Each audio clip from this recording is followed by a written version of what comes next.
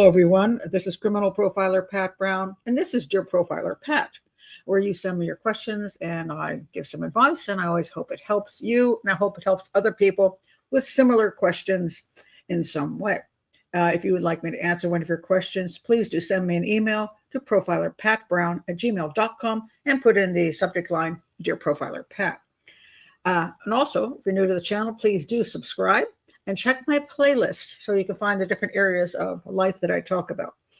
Okay, this is a very tough question, and I could take hours and hours and hours to answer, but I'm going to try to condense it into some of the most important points that I can think of under these circumstances. The question is, how should adults and their children handle divorce?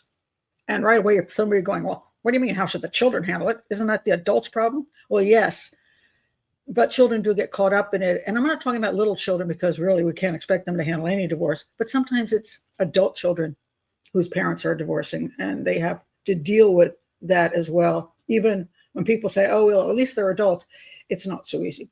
So I'm going to read you the email, and I'm going to stop along the way and at the points I think may help people make some choices or understand certain things. All right.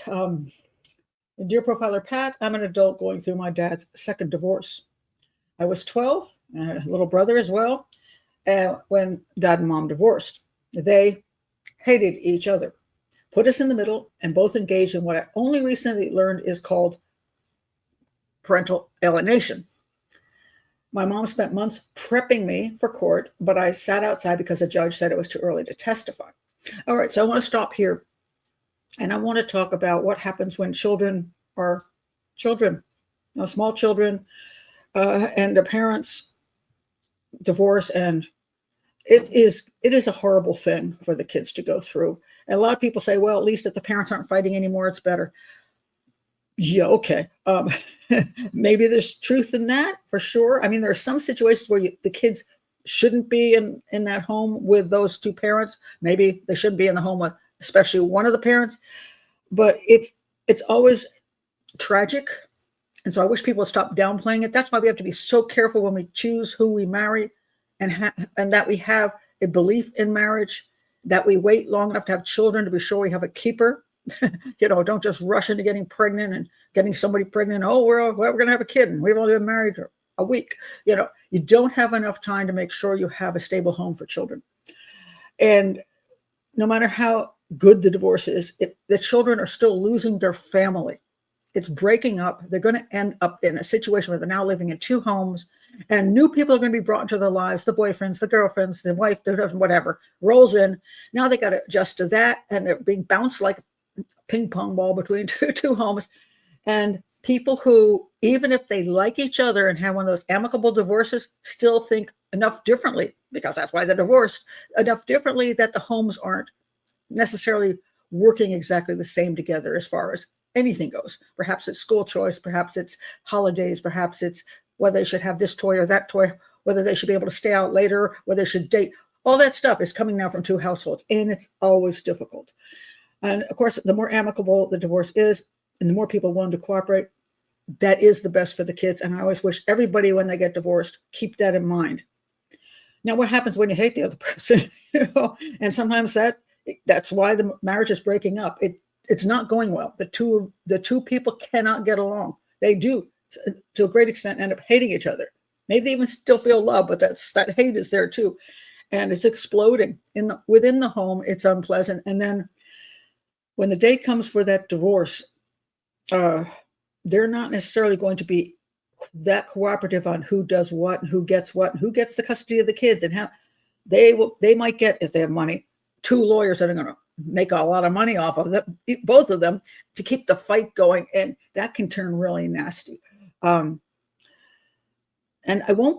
they could say things about the other parent. And I think this is what the letter writer's talking about, parental alienation. I don't particularly think that's the proper definition of it. I think that may be overstated. I think what people are angry at each other, and each one of them has some probably legitimate reasons why they're angry with the other person. Now, there may be one side has more reason than the other. Perhaps one side has suffered from infidelity from the other side, and they're really angry. one side has suffered a more emotional abuse and they're really angry, or there could be physical abuse, in which case, that's definitely a real issue for should they be around the children. Maybe they have a temper, anger management problem.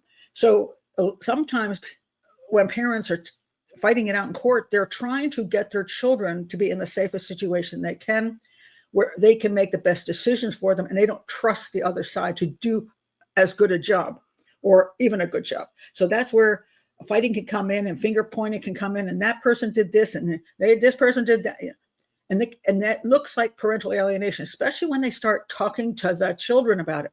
Well, your dad does it, and your mom is like this. And then that just, that child feels like, well, I'm being pulled in two directions, and one of my parents is trying to make me not like my other parent. And that can be true. I don't call that true parental alienation. I just call that a very difficult divorce, that people go through. That's just not easy, and it just is the way it is. Parental alienation is a little bit different, in my opinion. As a criminal profiler, I see this as a criminal act. Parental alienation comes when you have a person with a personality disorder who is lying about the other partner to the extent that they're accusing them of a crime. Like they're saying they have sexually assaulted their child. They have beaten their child. They've had their partner beat or sexually assault their child. They make accusations which are crimes.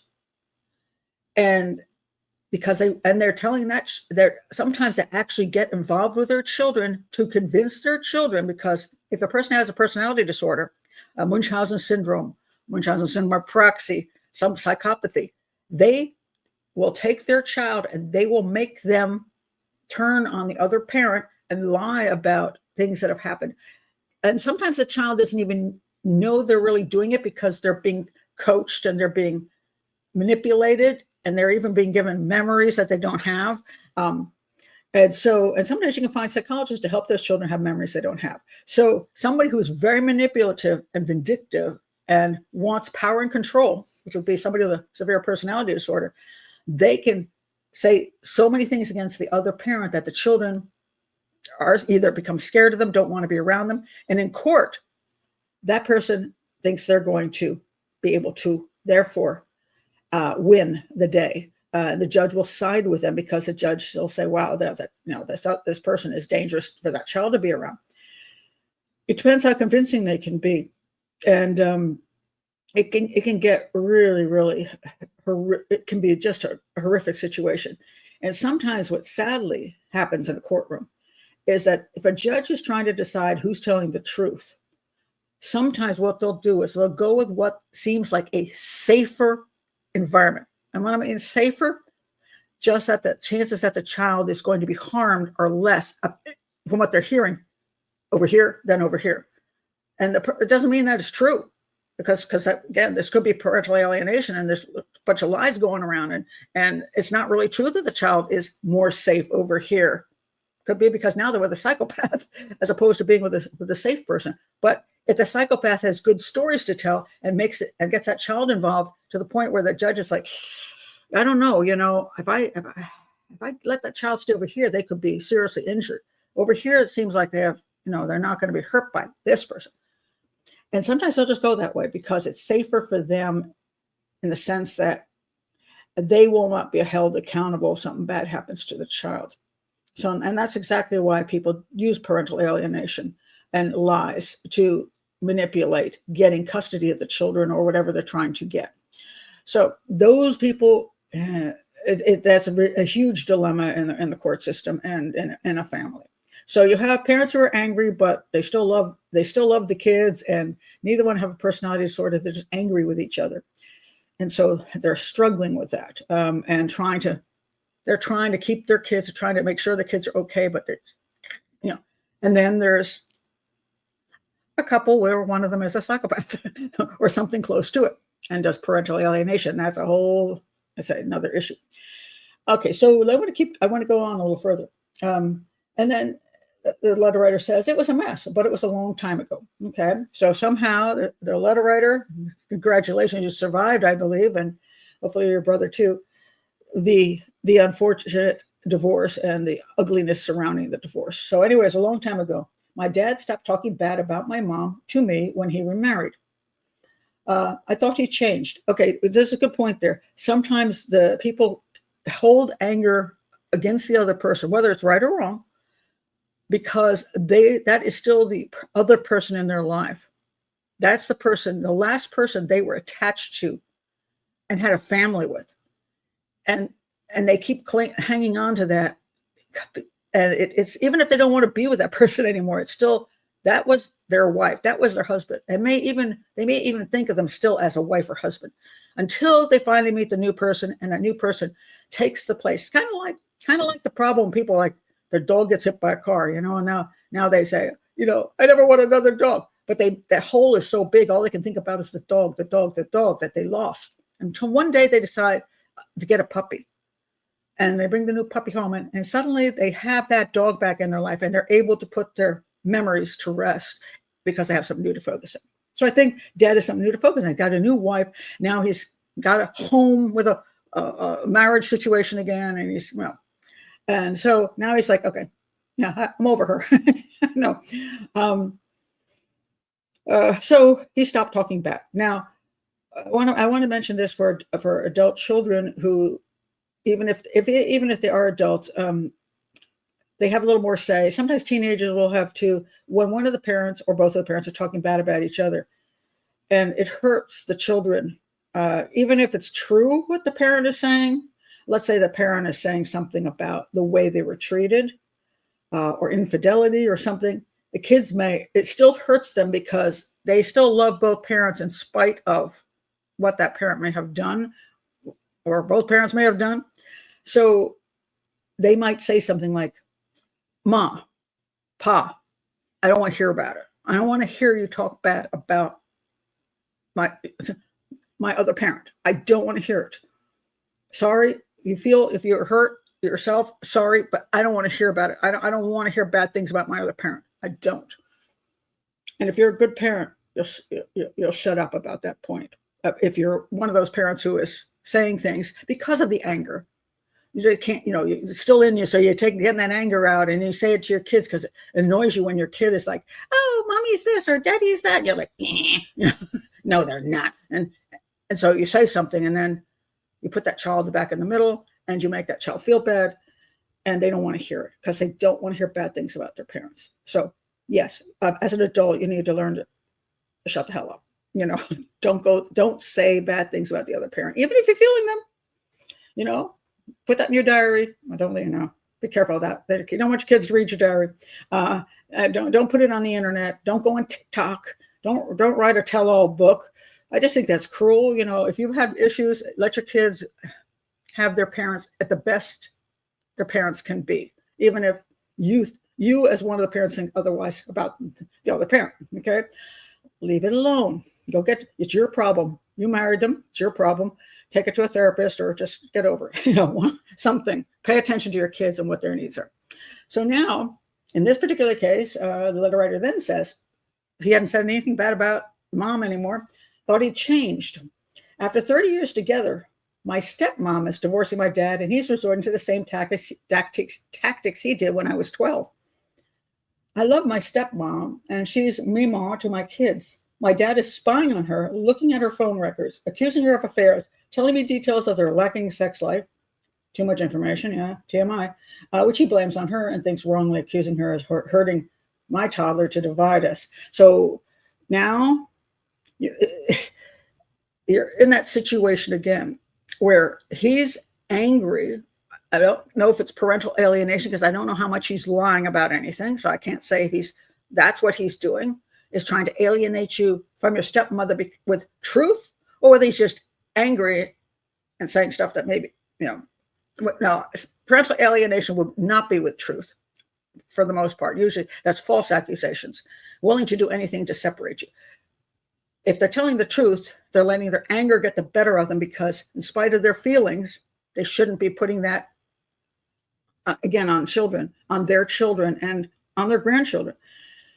So apparently he's angry enough to want your stepmother out of your life, he wants to win. This is what it comes down to. It becomes a battle between people. People want to win because they're so angry. They don't want that other person to get anything anymore, especially his own daughter, his own, in other words, she's a stepmommy. So, hey, she shouldn't get that, even if she's been involved in the children's life forever and ever, and you have a relationship. He gets mad because she shouldn't have anything because she's that person. She's a person. She should go away, and I don't want to ever hear about her again. But he is trying to cut her out of your life when she means something to you. And he is trying to alienate you, but I wouldn't call it necessarily the criminal type of alienation, just a mean type of anger alienation. What do you do? Again, just what I said before. Dad, I get that you're angry with stepmom, but you can have all the feelings you want, but she is a part of my life, and I'm not going to throw her out because you're angry. I'm not going to do that. So I don't want to hear any more about it. I respect that you have these feelings. I respect that you're hurt for what, but I don't want to be in the middle of it, and I don't want to hear about it. So do not bring it into my home. Do not bring it around my child. Do not bring it here. If you come to my home, I don't want to hear a thing about it. Otherwise, I will have to say, Dad, you're going to have to wait and come back when you got your act together, because I'm not throwing her out of my life, and I don't want to hear anything about it. And I will say this, and Dad, I'm going to say the same thing to her. I don't want to hear one bad thing about you from her either. So that would be the best thing to say, and stick to it. Have those. That is a boundary. It's like, I don't want to be brought into this, and I don't want it in my home. Love you, but no, not happening. So you have to stick up for yourself and for your family, and for what is right. But and then hopefully over time he will get over some of his issues and realize he just can't bring that to your doorstep. And say, I feel like I've gone back in time again. And even though I'm an adult, it still hurts me. It still stresses me out. Of course it does. It'll hurt. Your parents, well, they're your parents, and your step parent, if they're a good step parent, are going to be part of your lives. They're your family. And of course it's going to hurt when your family doesn't get along, and when you have to supposedly like one better than the other, and you're put in that situation. It's always going to hurt. It's not nice. So I don't know how to handle a situation. Just what I said. You got to put your boundaries down. And at least as an adult, you can put the boundaries down better than you could when you were a kid. You didn't have that option or opportunity. So do that now. Do understand that the adults, which when your children suffered, and the adults, when you're an adult, they're also suffering, because relationships are difficult, and when they fall apart, and it's families falling apart, divorce, it's one of the most difficult things to survive. Now I am divorced 25 years now, and my ex is on wife number 3. And it took me 10 years before I was willing to even be in a room with him. I was very angry. I did have my children say, don't say bad things. So that's why I know. And I said, so I shut up then. Didn't say anything. I wasn't saying anything that bad, but I was still, just angry. But it's 10 years. And then when my granddaughter was born, my daughter said, hey, Dad's going to be there. And I'm like, okay, it's been 10 years. And so I was there when we were both there when my granddaughter was born. We got along. Ever since then, we've got along fine. He never comes. He doesn't come to my house. We don't have a relationship, but he comes to my daughter's house, and I come to my daughter's house. We laugh, we joke, we have wine. He cooks. He's a Jamaican, so he cooks yummy Jamaican food. So I'm always looking forward to that. And then we would have a good day, and spend a whole day together. Maybe go and get stuff for Christmas and things like that. And as I always pointed out, now that so many years have gone by, and I'm not trying to rekindle a relationship with him. My joke is always that we had a great day together. I'm so glad that I got to go home alone. Yes. Now he's married again, and I just met the wife recently, and I actually liked her very much. And we had a nice interaction during the meeting, and during this party, get together for her birthday. And she gave me a big hug when I left, and she said, I hope I see you next time. When I live in California, so it'll probably be another 9 months. And I just walked over to my ex and I said, don't screw it up. We want to keep her. And I walked out of the room. So, things can get better, but it's still difficult. For me, what the divorce was probably the hardest thing I've ever been through in my entire life, because it was 25 years, and I didn't. My parents didn't divorce. None of my relatives ever divorced. I never thought it would ever happen to me, and it was very difficult. And was I the perfect? Now my kids were actually adults at the time, but was it a amicable divorce? And I was just like, oh, then no. And we didn't even have to decide where the kids went to live, or because they were grown, but it still was that rough. So so children might have been frustrated with us as parents, but they of course hadn't been through that kind of thing themselves, so they don't know what parents go through when they're getting divorced, because it's a destruction of the family, um, even if they're grown. That's the end of Christmases together and Thanksgivings together, generally speaking. And I always imagine growing old, my husband in my big old 250-year-old house that the kids grew up in, and the kids were going to come over on the weekends, and we're going to have all the get-togethers there. That was gone. All of that was gone. Eventually, I just gave up my house, and I had, my house with all my future dreams in it was just gone. And then he got married again, and that to me was hard, because it was adding, and it wasn't our family wasn't just our family anymore. Now there's this extra person in there that is supposedly his wife, and then they got divorced 10 years later, and now he's got the new wife. So luckily I like this one better. But anyway, it's tough. Nothing is so easy.